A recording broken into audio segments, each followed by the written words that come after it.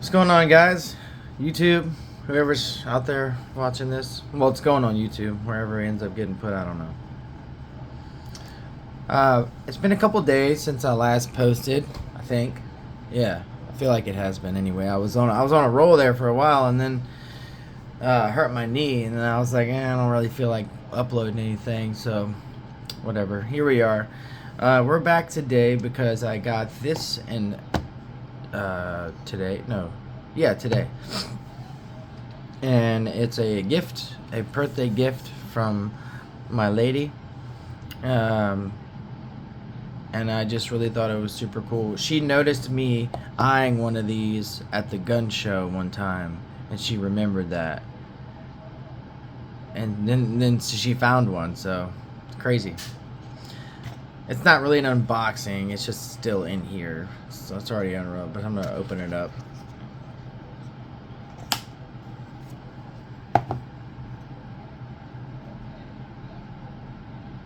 Isn't that just weird looking? This is the Suprlativ piranha. And black micarta, titanium, and CPM M4 steel, which is a really cool blade steel, and I'm glad they didn't stick M390 on this like they do every other Chinese knife. I mean, I say Chinese, I mean it's Riyadh. I mean, they aren't necessarily like Chinese, they're not Chinese quality. They're in China, yeah, but they're probably one of the best knife manufacturers out there. And I just forgot like how much of a little chili pepper it looks like. A little chili pepper, don't it? Put like a little stem on it. Get like a little stem, you got a chili pepper right there. But they call it the piranha, and I think they call it that because it opens like that. And piranhas like to bite. So I'm guessing that was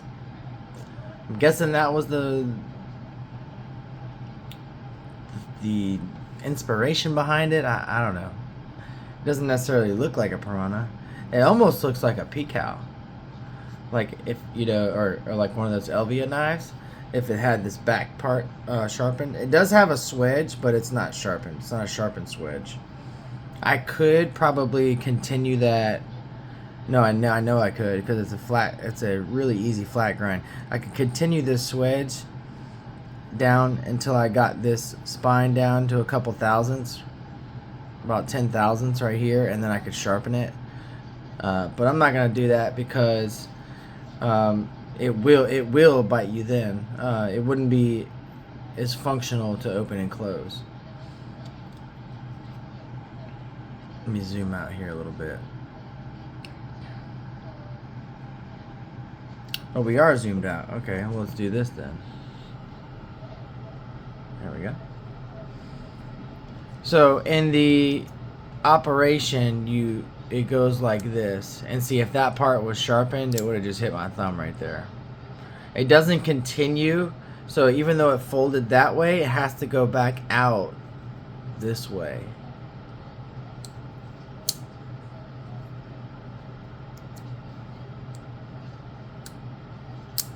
That's how it goes. And once you get good with it, you can kind of just like flick it out like that, and it's actually not slow at all to deploy. I mean, you pull it out of your pocket, boom, you got it right there. I'm probably gonna make a slip for this because there's no clip on it. I've even contemplated making a Spyderco style clip for it, Spyderco style wire style clip for it, not the regular hourglass clips, because we have a body screw right here that goes into the, excuse me. Alright, that should be better. My dogs are barking and the HVAC was running. It's probably a lot easier to hear me now. So, sorry it took 4 minutes. Actually, I edited that right at 4 minutes and 20 seconds is where it happened at. So, it's probably easier to hear me now. Suprlativ Knives is a really cool company because it's kind of like a super group of 3 guys who came together to do a collaborative effort of knife designing. You have Javier Garcia, Enrique Pena, and Jared Oser. And those three guys came together to bring their collective styles together and do produce just really cool knives. This is probably one of their, no, it is. This is their most outlandish one as far as like conventionalism goes. They make a couple slip joints that do not look like traditional slip joints. It used to be called the Infidel, but then Benchmade had a stink over it, so now they call it the what do they call it? Cruzador. They call it the Cruzador. So they had to change it, I guess, because I guess they have that patented. I'm not sure. I guess the Benchmade, I guess they have that name patented. I don't know. So it's pretty small. I mean, yeah, it's pretty small. I'm about to say, I was trying to think, maybe it's not too small, but for most people it is. I mean, even for my bigger than average hands, it's not bad though. And the way that everything works is it has a captive pivot on this side with an adjustment on this side like any other knife, and then it has an internal stop pin that allows this to hit kind of like a balisong.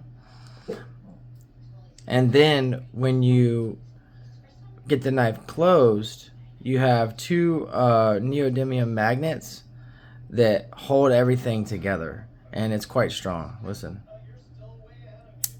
See that? So, and when you're using the knife, this is not a super hard use knife anyway, but when you're using the knife, you have your hand wrapped around the handles. It's not going anywhere. So there is no concern for that.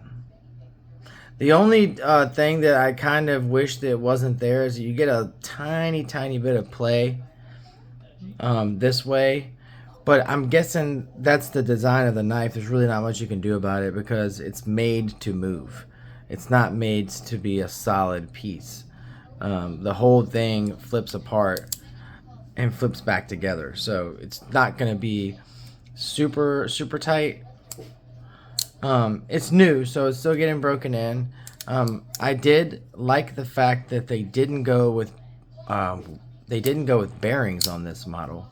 They used phosphor bronze washers, and I think that's probably for two reasons. One, because you can get a little bit better stability out of your pivot with bushings or washers rather than bearings, and two, with bearings it would probably glide too much and make it go too fast at times. I don't know. I just feel like bearings on this type of thing was not a good move, and they did. So I was looking on the inside without taking it apart, and I actually noticed on the box, or in the box rather, that they have, I love when companies do this, they give you a full set of hardware including the barrel or pivot,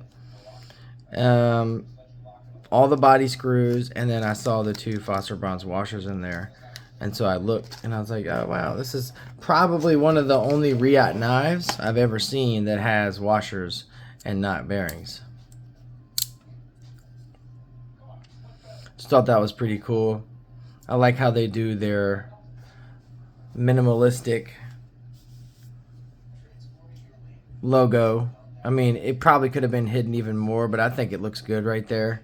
Like a lot of companies now, because there's been so much talk about having sterile blades, they're putting them on the inside of the lock, inside of the frame, like by the lock bar on liner locks and frame locks.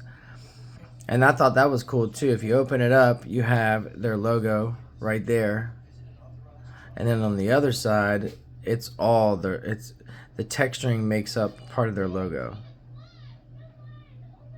How cool is that? And then the backspacer stays captive on this side, and then it meets with the smooth side of the handle on this side. It's really neat how they came up with this. It's not something I would typically get, so I'm glad it was a gift. And I was thinking to myself, like, I did really like it, but I probably would have never bought one. and then she got it for me. But I was really excited to see that.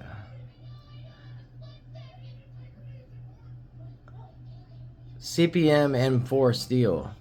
That's a really, really good blade steel. It's not a stainless blade steel either, which is cool. I love tool steels, and I use them mostly. I think I only have one or two stainless knives. Yeah, I have a Spyderco Dragonfly Emerson and VG10, and then I have this, which is an M3. What is this? What is this? CPM CPM 154, and then I think that's it. Well, MagnaCut is stainless, but it's technically a tool steel. So I do have a few in MagnaCut. So I guess while MagnaCut is stainless, it is a tool steel.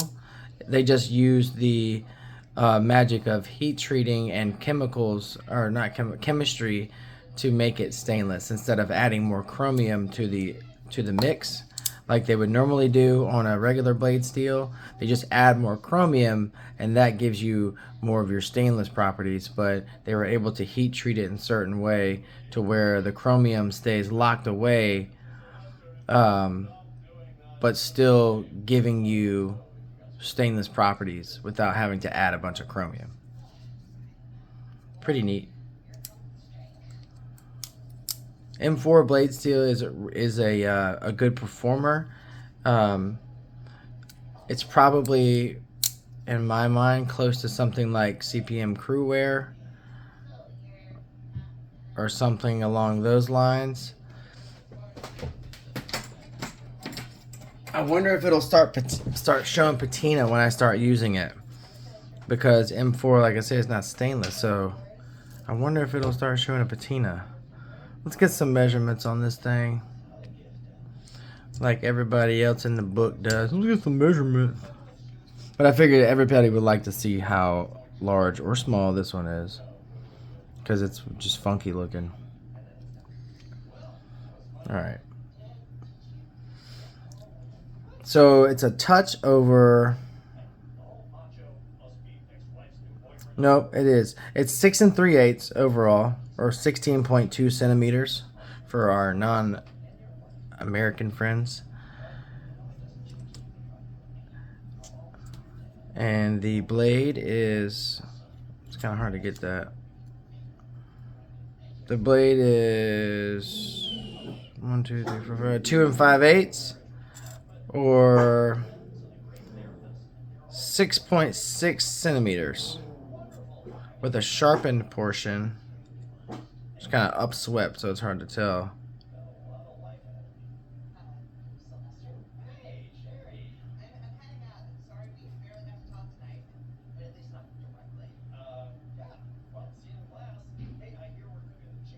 Well, it's about the same, actually, which is weird.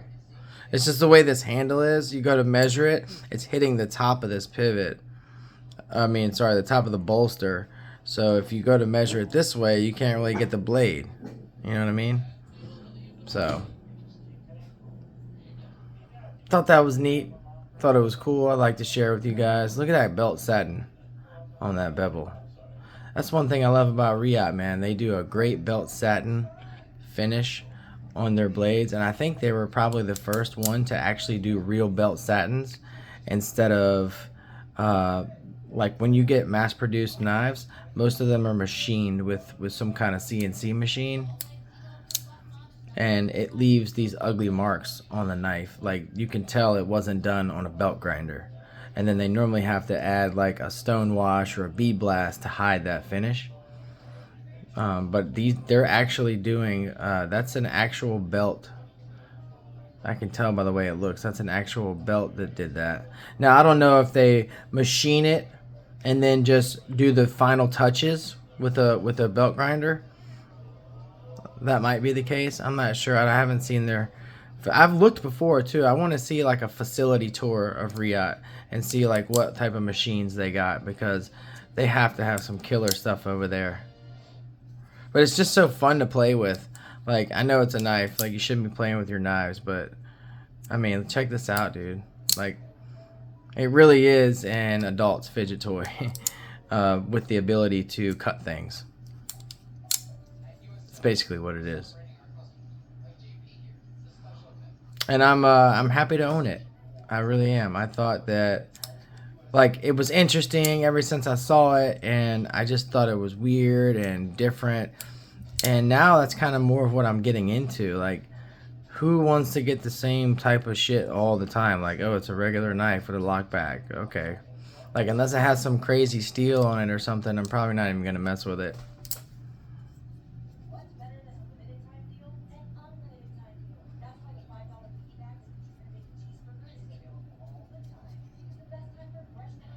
So they have two versions of this. This one, like I was saying, is the titanium with the black micarta and the plain edge. And then the other version has, I think it's a full titanium version. Don't quote me. Yeah, I think it is. And then it has a full serrated edge. So that'd be kind of neat too. But I always like having a plain edge because I like the ability to slice things. I have a couple full serrated knives, and they only have 1 to 2 uses. It's for opening sacks, like burlap sacks around the farm and stuff. Like, I work for a guy who's got this farm. And then ropes and straps. So those serrated, and you know, if I ever do anything like that, I normally have my leatherman on me anyway, and that has a small serrated blade on it. Speaking of leathermans, I used to only want to carry the top of the line leathermans, but I bought one of these on eBay for like $13 because I needed some parts off of it. But then when I got it, I was like, yo, this one's actually kind of sick. Like, I actually like this. Because before I was carrying the Surge, and that damn thing is a tank in your pocket. This thing is not. Look at that, nice. It's got a wonderful serrated edge on there. You don't need any more than that if you're doing strap cutting or like burlap sacks or feed sacks for the chickens. Anything like that. You don't need anything more than that. You just don't.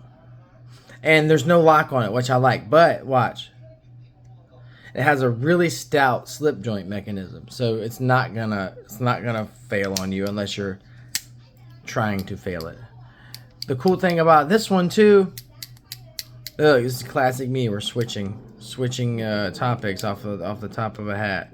The cool thing about this one is no other Leathermans, full size Leathermans at least, I don't think. Correct me if I'm wrong. Have spring-loaded pliers. I don't think any of the medium to large size Leathermans have full spring-loaded pliers. There still is a saw that's accessible from the outside and a flat blade, or I should say non-serrated blade. It's dull as hell yesterday because I was trying to cut through some plastic, and I didn't realize the plastic had an had a steel rod going through it. So gotta give that a good sharpening. And I just like the way the tools are laid out. Like, even though you gotta open them to get to them. So you have the serrated blade, you have the cap lifter / can opener. And then you have what I always call on these is a depth gauge. I would not call it a ruler because what are you going to measure really that's more than, what is that, 1.5 inches or something? So like, or not even. And then there's a file on the back side of it. So I would call this a depth gauge or short measuring ruler for like measuring bolt heads or something little. Or checking the depth of something.